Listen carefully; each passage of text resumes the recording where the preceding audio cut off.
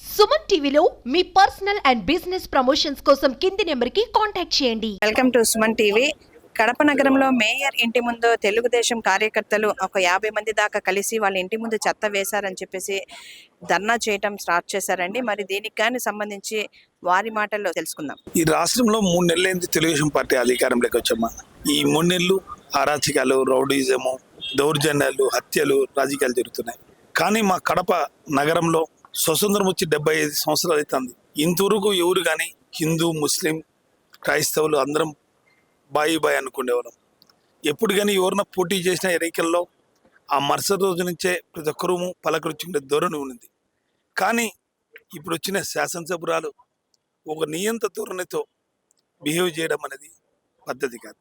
నిజంగా కడప నగరంలో ఇప్పటికే 3 నెలలకు వచ్చిన తర్వాత 72 ఏళ్ళలో ఒక రిటైర్డ్ హెడ్ మాస్టర్ మీద కూడా ఫోక్సో కేసు కట్టడం అనేది చాలా దారుణం. ఆ కేసు కూడా కారణం ఆమె కట్టించింది. అంటే ఎక్కడికి పోతుంది అంటే ఒక మరో బీహారా, మరో వెస్ట్ బెంగాల్ తయారీగా ఉంది. మనం వాళ్ళకన్నా మించిపోయేట్టుగా ఉంది. ఈ రాష్ట్రంలో ఈరోజు రెడ్ బుక్ రాజ్యం వెళ్తుంది, జనసేన వాళ్ళు రాజ్యం వెళ్తుంది.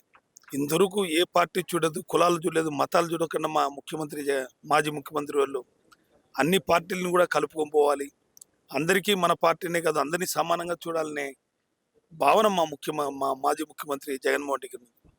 కానీ ఈరోజు పరిపాలన చూస్తుంటే తెలుగుదేశం పార్టీ కార్యకర్తలకి ఎక్కడి నుంచి వస్తుందో మనోధైర్యం. లాండ్ ఆర్డర్ ఈ రాష్ట్రంలో ఉందా? లాండ్ ఆర్డర్ ఈ రాష్ట్రంలో ఉంటే ఎందుకు ఈ అరాచకాలు జరుగుతాయి అనేది నా మొదటి ప్రశ్న. నిన్నలేమన్నా ప్రెస్ మీట్లో ఆమె మీరింటికాడ చెత్త వేయండి అని ప్రోత్సహించడం అంటే మొదటి ముద్ద ఈరోజు ఆమె మా ఇంటికాడ చెత్త వేసేదానికి కారకురాలు ఆమె కాబట్టి ఆమెనే మొదటి ముద్దాయి కాబట్టి అది ఆ కల్చర్ మేము సంస్కృతి తెలుసుకోలేదు. ఈరోజు కడప నగరం నేను ఇన్నేళ్ళు 32 ఏళ్ళుగా సర్పంచ్గా, మేజర్ గ్రామ పంచాయతీకి 10 ఏళ్ళు ఇక్కడ ప్రజాప్రతినిధిగా ఉన్నా, జిల్లా పరిషత్ ప్రజాప్రతినిధిగా ఉన్నాను, మేయర్గా 10 ఏళ్ళ నుంచి ఉన్నా. కానీ ఎప్పుడు కానీ ఈ సంస్కృతి మాలో మేము ప్రోత్సహించలేదు. మా నాయకుడు రాజశేఖర్ రెడ్డి కానీ, జగన్మోహన్ రెడ్డి కానీ ఎప్పుడు కానీ కక్షలు, కార్పణాలు ఎప్పుడు చేయొద్దండి, ఎలక్షన్ వరకే మన రాజకీయం, ఎలక్షన్లు అయిపోయిన తర్వాత అందరం కలిసిమెలిసి చేసుకోవాలి అనే అలవాటు మాకు నేర్పించినారు. కానీ ఈరోజు చూస్తుంటే పరిస్థితులు అలాగా లేవు. శత్రువుగానే చూస్తున్నారు. ఏం చేశారని ఈరోజు కడప నగరంలో నియంత పరిపాలన చేస్తుంది శాసనసభ్యురాలు. ఈ ధోరణి మార్చుకోకపోతే రాబోయే రోజుల్లో లాండర్ నిజంగా ఈరోజు జరిగిన ఇన్సిడెంట్ మా ఇంటికి పోలీస్ స్టేషన్ 400 మీటర్లు, అంటే 400 మీటర్లో ఇన్సిడెంట్ జరుగుతుంటే పోలీసులు కూడా రాలేదంటే పూర్తిగా పోలీసుల వైఫల్యం కూడా ఉందని తెలుసు. అంటే ఒకరో ఇద్దరో ముగ్గురో చేసే పని కాదు. 50 మంది వచ్చి ఇంటి ముందర చెత్త వేసి ధర్నా కూర్చున్నారంటే ఆ టైంలో నేను ఉండను కాబట్టి, మా వాళ్ళు ఎవరు ఉంటారు కాబట్టి ఆ వీధి నిర్మానుష్యంగా ఉంటుంది కాబట్టి పోలీసులు కూతబెట్లో ఉన్నా కానీ వాళ్ళకు కూడా తెలిసింటుందనేది నా భావన.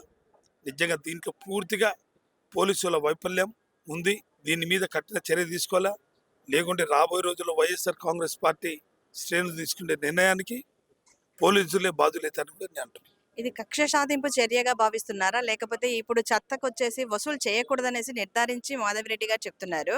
మరి దీనిపై మీ అభిప్రాయం ఏమంటారు? చెత్త వసూలు చేయకూడదు అన్నది ఆమె వాదన. తెలుగుదేశం పార్టీ అజెండాలో కూడా ఒక నినాదం. తెలుగుదేశం ఎన్నికల టైంలోనే చెత్త నాకుడు, చెత్త ముఖ్యమంత్రిని సంబోధన చేసిన వ్యక్తి అయ్యన్న పాత్రుడు. చంద్రబాబు నాయుడు కూడా విజయవాడలో చెత్తకు కూడా పన్ను ట్యాక్స్ ఇస్తున్నారని మాట్లాడు. ఈ రోజు 100 వెహికల్స్, 200 వెహికల్స్, దానికి డ్రైవర్ ప్లస్ 2 స్టాఫ్ కలిసి చేసేదానికి 1,15,00,000 ఈ వెహికల్స్ వలన. మా కార్పొరేషన్లో ముందుగానే మేము చెత్తకి ఆల్రెడీ 575 మంది ప్లస్ 100 మంది, 76 వెహికల్స్, టిప్పర్లు, కంపాక్టర్లు, జేసీబీలు, ట్రాక్టర్లు 10, ఎన్నో 73 వెహికల్స్, దానికి డ్రైవర్లు, ఆల్రెడీ శానిటేషన్ చేసేదానికి ఒక 600 మంది వర్కర్లు అదనంగా ఇవన్నీ వచ్చాయి. అంటే ఇదంతకి అధిక భారం అవుతుంది. అంటే కార్పొరేషన్ రాబడిలోని మళ్ళీ మాకు ఎలక్ట్రిసిటీ బిల్స్ ఎన్ని కట్టాలి కాబట్టి అన్ని చూసుకొని చేయాలనే ఆలోచన ఉంది. మేము ముందుగానే మా కార్పొరేషను 2002 జూలై ఆగస్టులో వస్తే, 22 ఆగస్టులో వస్తే ఏప్రిల్ 23 మేము ఇంప్లిమెంట్ చేసాం. ఏప్రిల్ 22 ఏప్రిల్ ఇంప్లిమెంట్ చేస్తే 42 ట్రాక్టర్లతో ఇంప్లిమెంట్ చేశాం. క్రమంగా పెంచుకొని వస్తూ ఎన్నికల్లో ఈ చెత్త వలన మాకు చాలా ప్లస్ అవుతుంది, నీట్గా చేస్తున్నాం అనే ఆలోచనతో మేము చేశాం. ఈరోజు మాకు అరియర్స్ అంతా ట్యాక్సులు వసూలు చేసాం. ఈరోజు 5,60,00,000 వాళ్ళకి పే చేయాలి. అంటే జూన్కు ముందే 1,50,00,000 పే చేయాలి. జూన్, జూలై, ఆగస్ట్ 3 నెలలు పేమెంట్ చేయాలి. అంటే దగ్గర 4,50,00,000.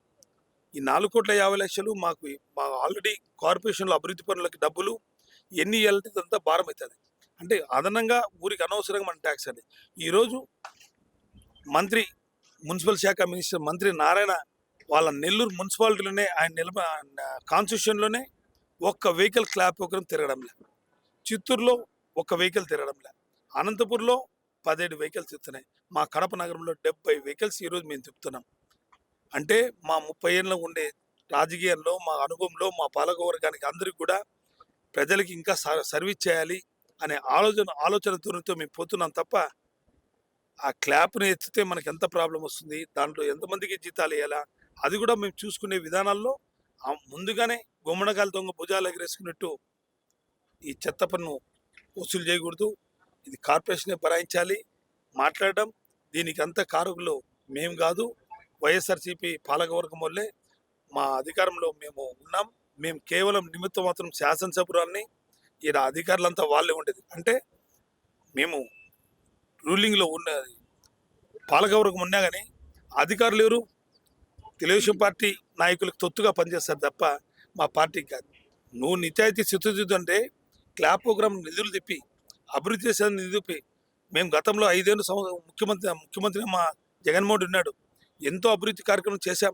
ఆ అభివృద్ధి మీద దృష్టి పెట్టు కానీ ఇట్లా చెత్త విషయంలో మా మీద చేసే దాంట్లో చెత్త పనులు ఇంకా ఎక్కువ వైఎస్ఆర్సీపీ నాయకులే టార్గెట్గా పని పెట్టుకోవడం సబబు కాదు. దీని మీద వైఎస్ఆర్సీపీ ఖచ్చితంగా తగు నిర్ణయం తీసుకుంటాం. ఖచ్చితంగా రాబోయే రోజుల్లో కూడా దీని మీద ఉద్యమం చేస్తాం. అలాగే ఆయన ఎమ్మెల్యే గారు ఇమ్మీడియట్ గా ఆయనకు క్షమాపణ కోరాలని చెప్పేసి డిమాండ్ చేస్తున్నారండి.